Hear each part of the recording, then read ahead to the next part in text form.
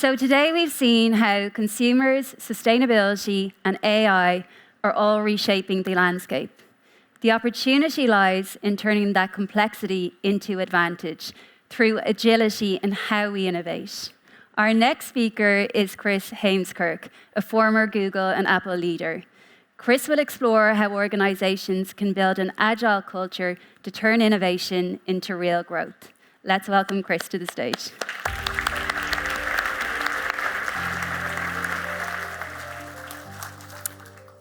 Hello, everyone. Thank you so much for the wonderful introduction. And I hope everyone is still awake after the lunch session, so we'll try to make it as active as possible. It's a pleasure to be here, and thank you for having me. So today we'll be speaking about creating a culture of agile innovation. And this is a place that's very, I would say, close to my heart. And normally, you have some introduction, some small talk, and some bonding with the audience. But today, I hope you will believe me that I'm not lying, because as a speaker, you might be familiar, right? You're in the plane on a weekly basis, which is not great for sustainability. But today, I'm happy to mention that I can compensate on that a little bit, because as you're familiar, we're in Heemskerk right now. And I was raised just 100 or 200 meters away. So as a young boy, I was standing outside of my window, looking outside the window, and I would see Heemskerk every night before going to sleep. Again, it's wonderful to be here, and I hope I do my hometown justice. So on behalf of Noordwijk, thank you for visiting Noordwijk. I wish you have a wonderful time here. So, as a short introduction to innovation, because we're speaking about innovation today, we've heard the term many times. You won't be surprised that if you go to an offsite or to a conference, you ask 10 people, you get 40 different answers of what innovation truly means to them and their company. And so the definition that I like to use, because we have a jungle of buzzwords across design thinking, disruption, AI. We've heard it many times by the fabulous speakers, Ken, Sandrine, Nina. But the way that I like to look at it is not just products and services, but also new business models and new processes. These can be breakthrough improvements, but also incremental improvements. And finally, innovation should be defensible, it should be profitable, and it should be hopefully also sustainable without wrecking the planet too much. And so I like to sometimes look at this and apply a stress test. And what I mean by that is, you might be familiar that internally in a company, you have a new project, right? And you baptize it as innovation. So you would say, we're launching a new CRM system, we're really innovating. But the customer might be saying, well, you're just getting your act together because you should have had a CRM system a long time ago. Or a competitor might be saying, that's a hygiene effort that you should have solved a long time ago. And so I hope to convince you there that you have this, I would say, this tension between the internal dialogue and the external dialogue. So whenever you speak about innovation, it's great to call it that way internally, but maybe feel free to stress test it with your competitors or maybe with your customers, right, in your peer set. And so these are called more or less performance gaps. So all the things that you should be doing anyway. So anything that a well-groomed MBA would probably do anyway when they enter the organization. And so Tushman and O'Reilly from Harvard Business School did a lot of research on this. But what we're looking for is more of opportunity gaps. So all the things that we could be doing. So not just products and services, but also new business models. So you might be familiar with Gillette and the razor blade model, reshifting the whole business model around shaving. And also, for example, in Amazon is having a one-click checkout, which is more of like a process innovation. And if you would have asked, let's say, the consumer or the customer, they would have said, it's okay, I can just, press with one button and, add it to my cart. It's a nice feature. But a competitor might be looking at that and saying like, wow, this is actually quite impressive because we acknowledge the logistical complexity behind that one-click checkout. So I hope here again to kind of like apply that lens of what a customer might be saying versus a competitor or somebody in your peer set, validating it that it's truly innovation. And so again, these are more of the opportunity gaps. So all the things that we could be doing rather than the things that we should be doing anyway and streamlining current processes. And so the hook for today is, how come some organizations manage to innovate time and again while others just get lucky? Or maybe sometimes it's a one-off. And so the learning journey that I've been on, and many of my colleagues have been on, is that you think it's a fantastic CEO or kind of like a wunderkind that has all these ideas, right? And they have the organization carry them out, kind of like marching orders. But then you realize that there's more going on, right? There's a culture thing going on. At least in Dublin or in Google, I experienced it for myself, right? You had fantastic colleagues, you had foosball tables and like bean bags and whatnot. Kind of like all these things to bring you to Ireland, right? Apart from the beautiful nature and the great people and the great Guinness.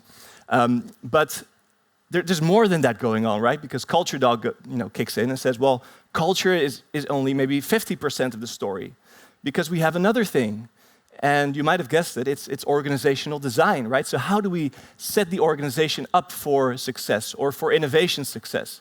And so what I mean by that is, do we have a time and space to innovate? Do we have clear incentives? Do we have, let's say, it doesn't have to be an innovation lab, but do we have a dedicated place and a dedicated mandate to innovate?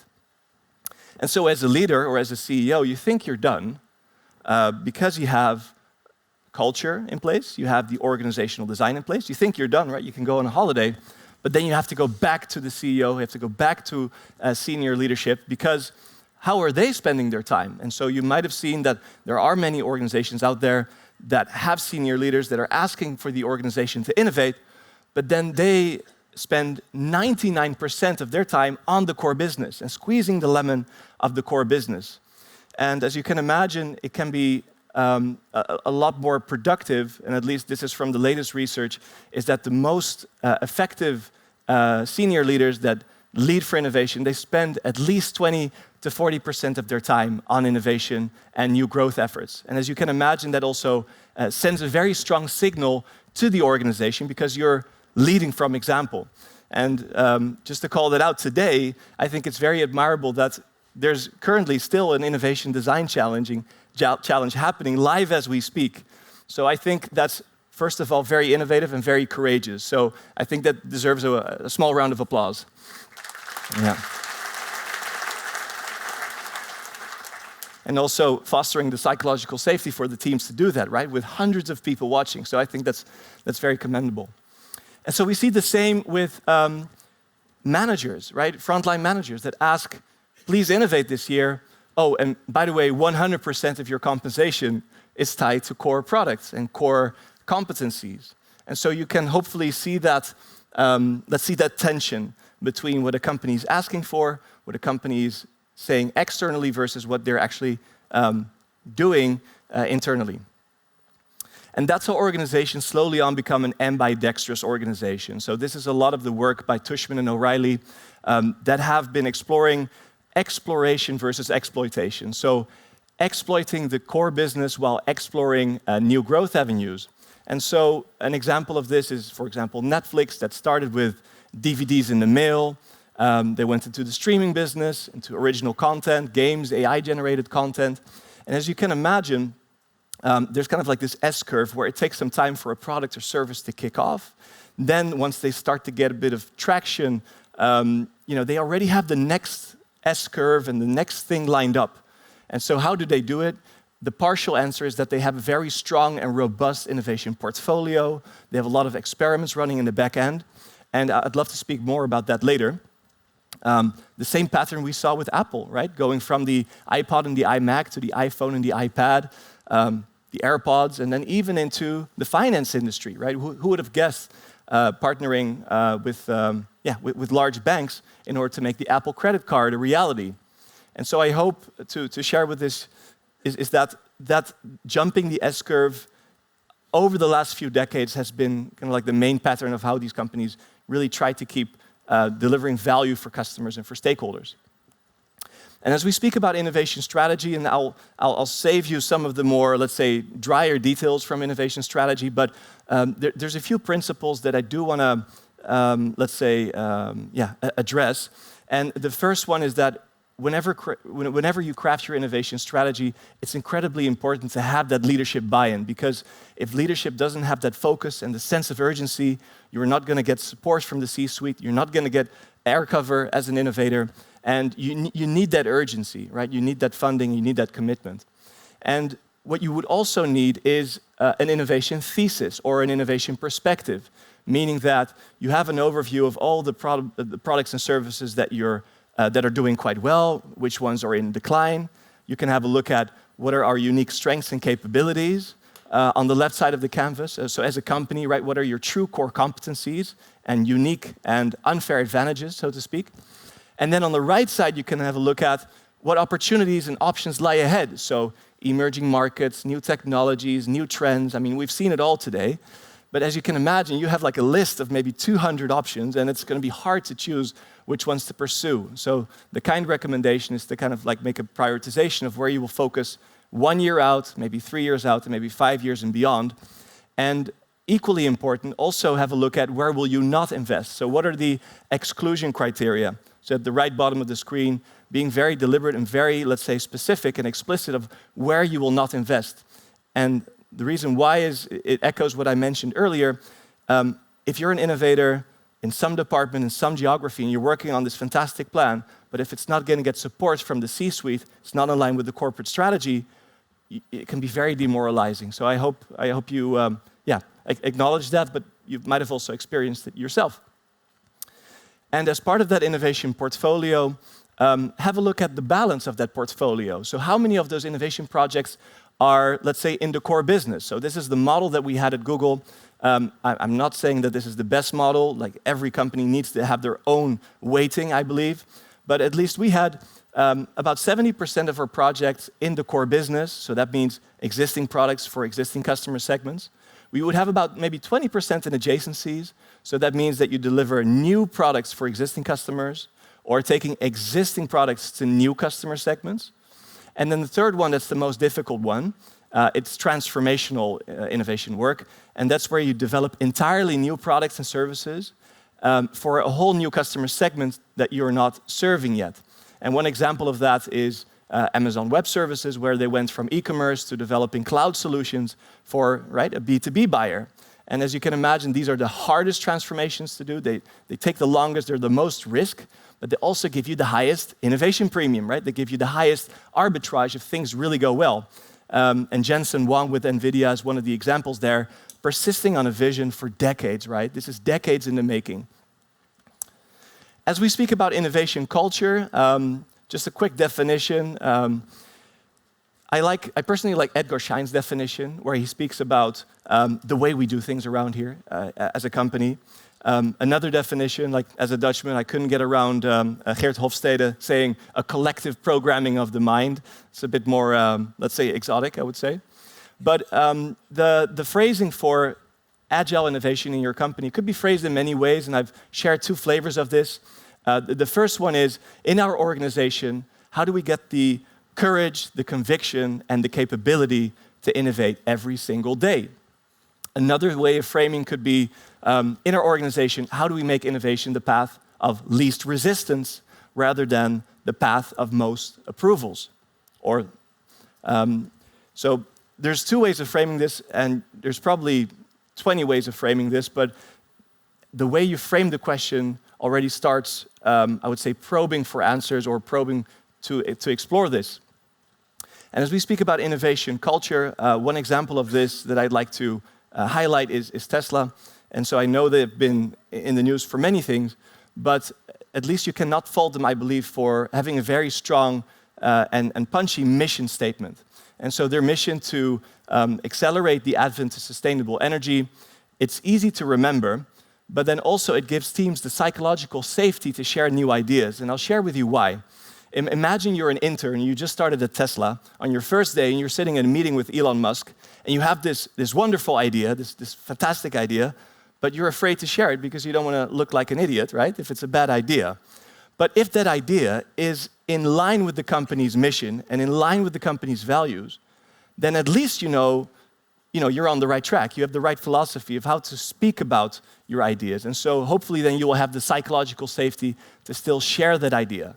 And when you craft your mission statement, hopefully the mission statement is short and punchy and audacious and exciting, but also try to make the mission statement specific enough to give your teams direction, where to look for and where to hunt for, but also make it, let's say, lateral enough or wide enough, give enough aperture to make people wonder a little bit, also outside of the main frames. Amy Edmondson, I'm sure many of you are familiar with her work, but she did a lot of research around psychological safety in the highest performing teams. And it might not surprise you that she did research at Google with Project Aristotle, and we looked at what are the highest performing teams across Google. It weren't the smartest or the hardest working engineers, but it were the teams that had the highest levels of psychological safety, meaning that people were okay to take risks and to share ideas with each other, to speak up with questions, and to be, let's say, to be candid with each other. Another element from Amy Edmondson's research that I really, let's say, that I think is important in innovation work is around the narrative around failure. Because you might have heard it a lot of times, is that to innovate you have to fail fast, you have to fail a lot.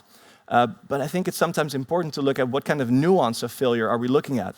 So she distinguishes between basic failures, so the failures that you should have actually probably avoided, so not being conscientious enough. Then there is complex failures where things go wrong because of a perfect storm, people pointing finger to each other, right? So having a lot of things that are going wrong at the same time. And then finally, that's the failure that you probably want, is intelligent failure. So the failures that are in a new direction with a clear hypothesis, where the teams show courage, you try to make the failure as small as possible. So if you're training an airline pilot, you're not going to do it 30,000 feet in the air. You're probably going to do it in a simulator. And as we're de-risking innovation, I'd like to share a little clip or a short clip from Jeff Bezos that talks about one-way doors versus two-way doors.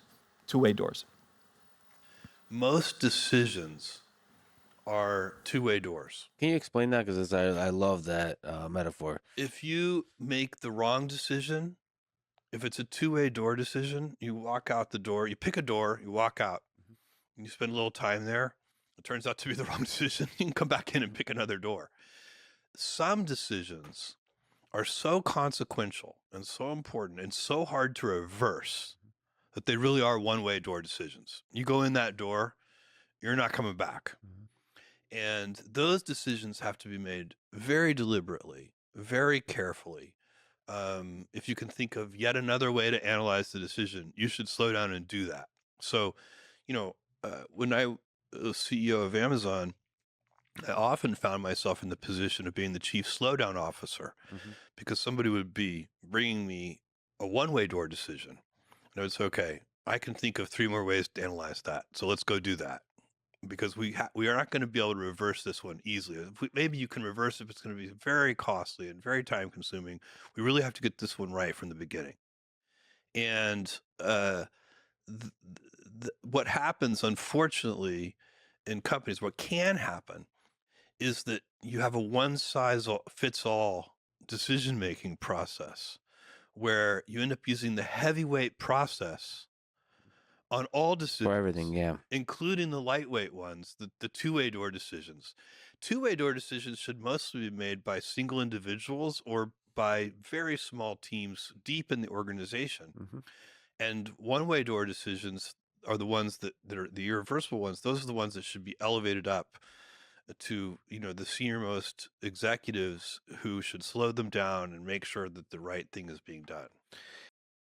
I hope this resonates a little bit, right? Distinguishing between one-way doors and two-way doors and how much risk you're taking versus the amount of, let's say, how much time it takes to get through those processes of innovation oftentimes, and stage gates, as many of us are aware. And so what you can do is you can even make a risk map looking at how big is the expected return of this innovation project and how much risk are we taking. And I have not seen a lot of companies do this very deliberately as part of their innovation portfolio, but maybe it's a good exercise from time to time to just assess how much time you're spending on some projects that are relatively low return and relatively, let's say, low risk or maybe even high risk. Another thing that we had at Google was the Courageous Penguin Award. So you might be asking yourself, why is a Dutchman speaking about penguins? Like, what do the Dutch know about penguins?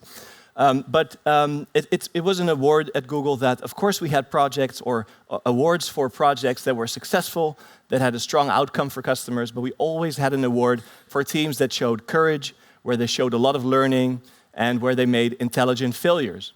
And so the reason why this is called the innovation, or like the Courageous Penguin Award, is because when penguins migrate, they have to, let's say, jump from ice cap to ice cap, and there's always one penguin that has to jump first. And so the question is there, who will be the courageous penguins in this room today? And how will we follow you in the months as you develop your innovation practice? Amazon had something interesting, which is called multiple paths to yes. So if somebody at the bottom of an organization had a fantastic idea, normally it would get killed by, let's say, a manager that doesn't like the person or the idea, and the idea normally dies. But what Amazon had is they had multiple areas in the organization where people could pitch their idea and where they could test their idea.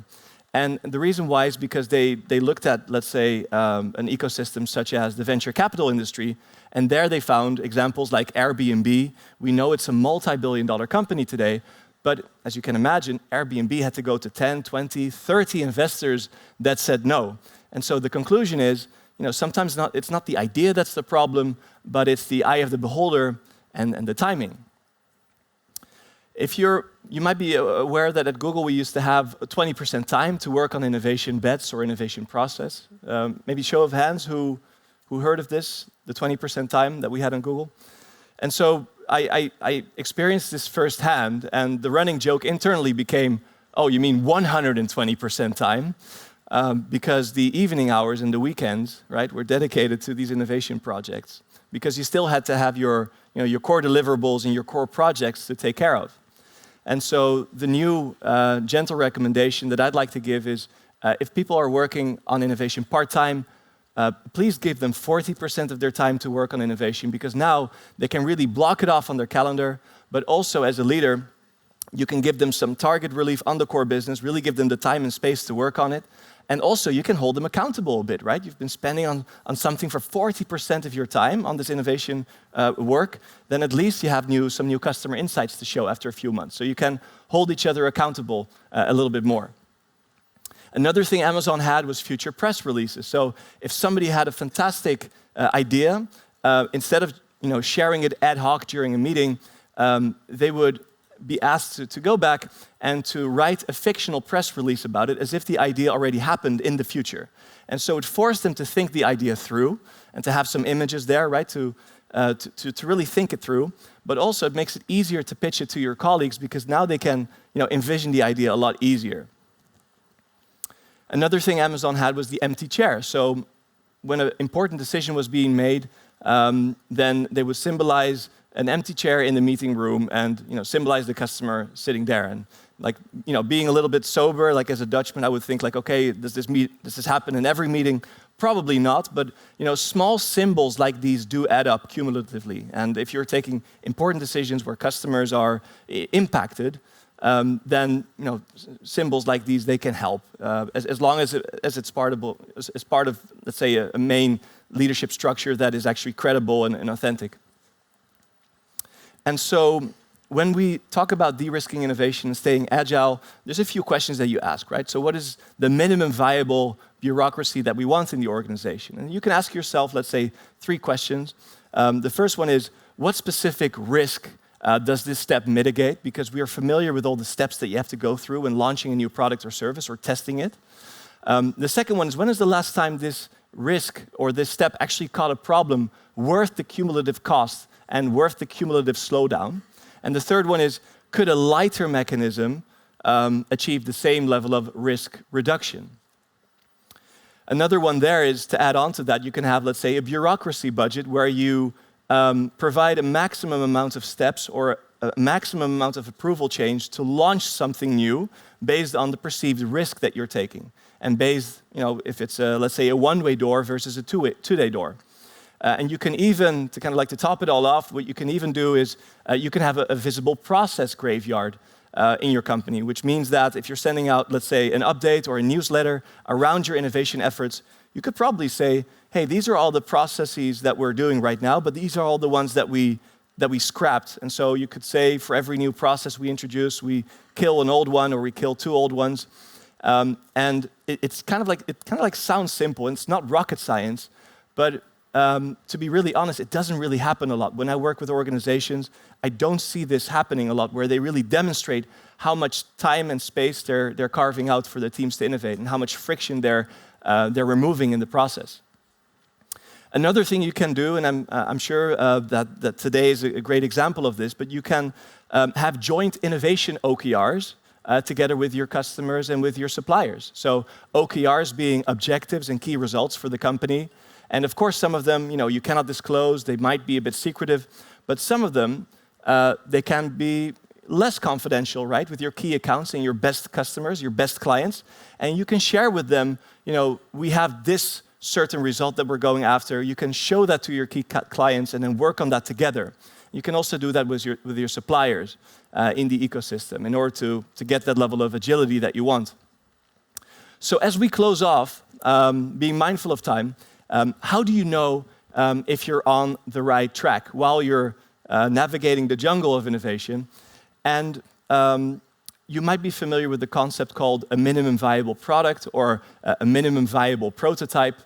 And this is a meme from Silicon Valley that I always enjoy sharing because I thought it was funny. They found that the worst founders and the best founders, so the worst founders here on the left and the best founders all the way on the right, they have something in common. And what they do is they launch quickly and they iterate. They have an idea and they make a minimum viable product, they make a prototype and they test it with the market to get feedback. And we all see that there's this middle section, right, of fantastic, brilliant people with fantastic degrees, but they do a lot of research, they spend a lot of time in their attic thinking things through, making business cases, doing surveys, but then after 6 months, they still haven't talked to a single customer yet, and they don't have real-life feedback from the market. And so the gentle recommendation there is, start quickly and start learning from your customers as you craft new ideas, as you work on them. Dropbox did this great. That's why I'd like to show their example, is that instead of developing the whole software suite from scratch, spending $1 million on engineering costs, what they did is they just made a mock-up video. And I'd like to show it real quick. So this is the CEO, Drew Houston at the time. He just made this quick video. Okay, my name's Drew, and I'll be showing you a quick tour of Dropbox, which is a new way to store and share files online. What makes Dropbox different is that it just works, and there isn't any complicated setup or interface to learn. So let's get started. I've already installed Dropbox on a Windows PC and put a bunch of files in, and now I want to sync these files to my Mac. So to do that, I just installed Dropbox, and now I'm linking my Mac to my account. So in a second, my account will be linked, and you can see that the files that were on my Windows PC will start coming down. And what we're looking at is my Dropbox folder, which looks... for us, this doesn't look like rocket science, right? We've all seen it before. It's not very special, but you can imagine that, decades ago when this was made, this was actually, this was not made yet. It was just a video mock-up. This was all fake at the time. And so you can imagine that it had so much friction, so much pushback from customers, investors, like, I don't see it, I don't get the vision, like, why should we invest $1 million in this or more? And by making a video like this, and you can do this right now with AI tools, right, very quickly, very agile, you can build this in an afternoon for $0, for €0, whatever the currency may be. So I hope to remind you that we are in a, let's say, in a paradigm where these tools can really help us innovate a lot quicker. And so as we close off, what is our biggest cost? And so we've talked about a lot of investments into compute. There is the materials, there's wages and salaries, right? We have a lot of cost as an organization. Sometimes the cost is taxes. But ultimately, I believe the biggest cost oftentimes is ignorance debt, or the things that you don't know yet. And I'll explain why. It's because imagine, let's say, a tycoon, a tech tycoon, or whoever it may be. It could be Elon Musk, it could be Jeff Bezos, it could be Sam Altman, doesn't matter who. let's say they lose all their money, let's say they lose all their connections. And you can be sure again that after several years, they might be, let's say, a millionaire again. And the reason why is because, it's not because they had the money and connections, because we excluded those. It's because they have the operating model in their head of how to find value and how to capture value and how to monetize that value in a repeatable way. And so it sounds crazy, but every month or every year that you don't know how to make $1 billion, that year costs you $1 billion. So that ignorance, debt, and the gap of not knowing, and not knowing because you haven't learned or haven't taken your experiments to the field, that is the most costly thing, arguably, that we can have. And so as we close off, Mark Randolph, the founder of Netflix, he said it quite beautifully. The main thing he has learned in 40 years of entrepreneurship is that nobody knows anything. You don't know if your idea is good or bad. Your family, your friends don't know. You have to test your idea and collide it with reality, because that is the only way to learn. So I have a wish for you before we go to drinks and for dinner, and we listen to the final wrap-up. I have a wish for you that your story will be, we don't know when the storm may come. We don't know when disruption may happen. But we have our bets lined up, and that's made possible by a consistent and disciplined innovation culture. Like a well-oiled machine, if you will. And that's just another thing off my mind as a leader, and it's the highest level of control that I can have. I may have 99 problems, but innovation isn't one. So bring on the storm. Thank you very much.